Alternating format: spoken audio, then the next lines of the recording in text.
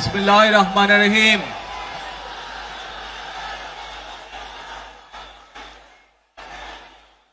প্রিয় বাংলাদেশ,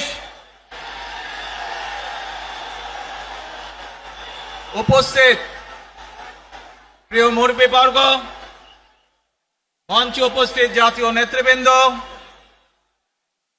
আমার সামনে উপস্থিত প্রিয় ভাই ও বোনেরা এবং মিডিয়ার মাধ্যমে সমগ্র বাংলাদেশ থেকে যারা দেখছেন এই অনুষ্ঠান, প্রিয় ভাই বোনেরা, প্রিয় মা বোনেরা, আসসালামু আলাইকুম।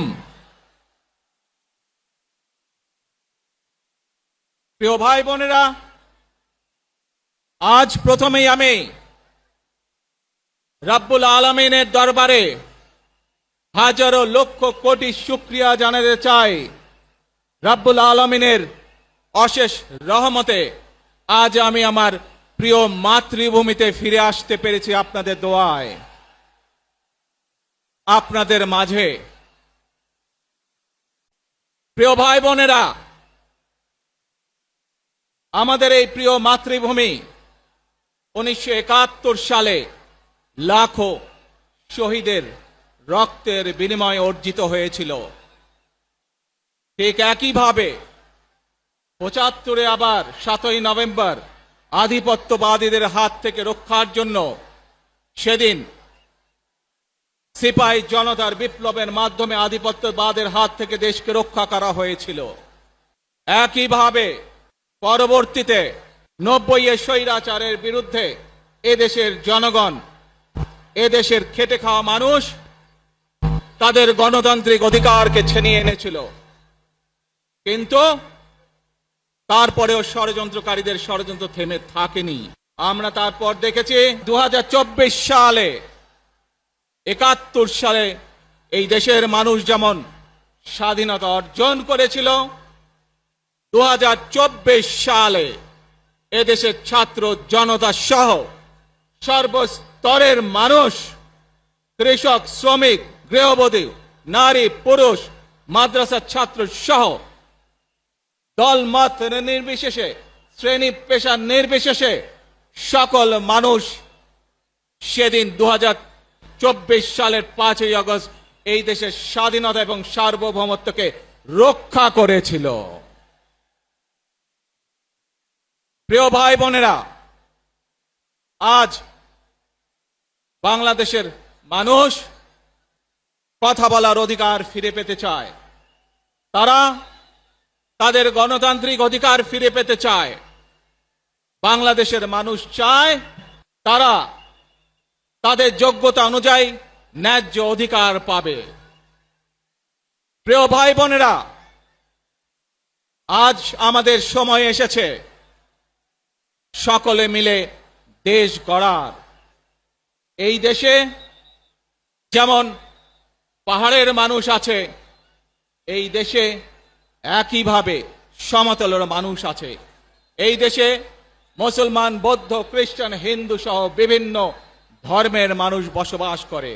আমরা চাই সকলে মিলে এমন একটি বাংলাদেশ গড়ে তুলব আমরা, যেই বাংলাদেশের স্বপ্ন একজন মা দেখেন, অর্থাৎ একটি নিরাপদ বাংলাদেশ আমরা গড়ে তুলতে চাই।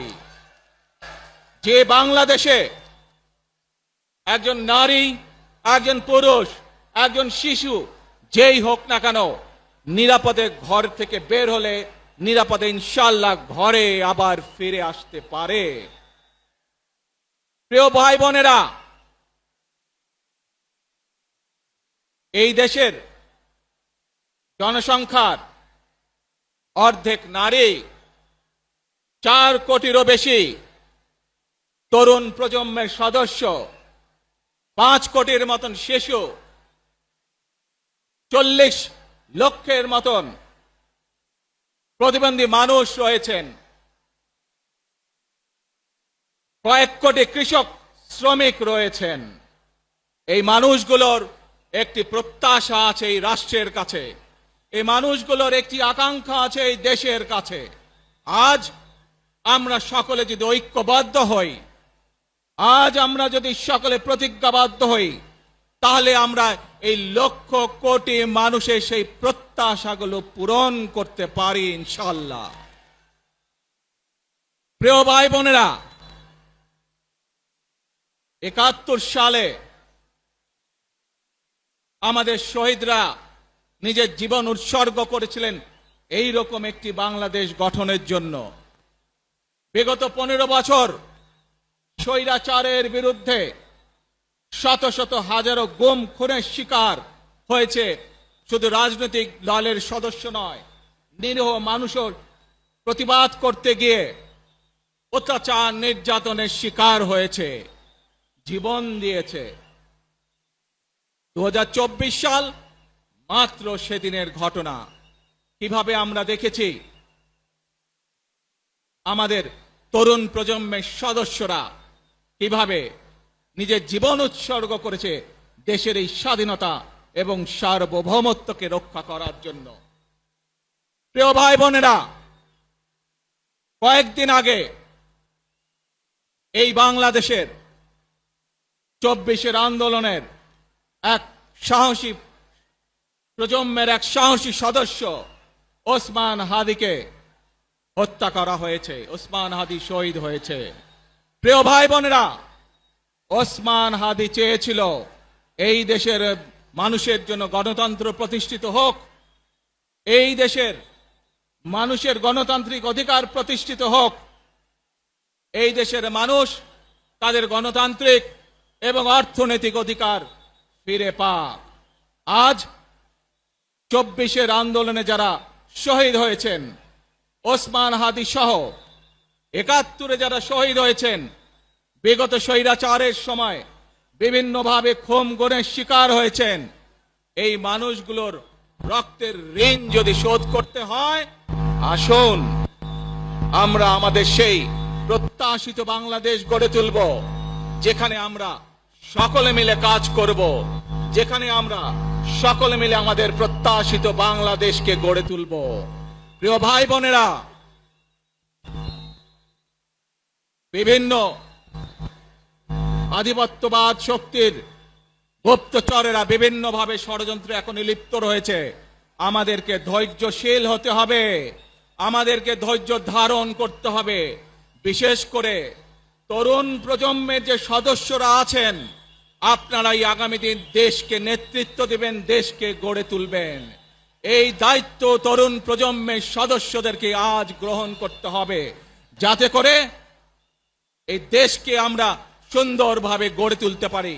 শক্ত ভিত্তির উপরে গণতান্ত্রিক ভিত্তি, শক্তিশালী অর্থনৈতিক ভিত্তির উপরে যাতে এই দেশকে আমরা গড়ে তুলতে পারি। প্রিয় ভাই বোনেরা, আমার সাথে আজকে মঞ্চে এখানে বহু জাতীয় নেতৃবৃন্দ বসে আছেন।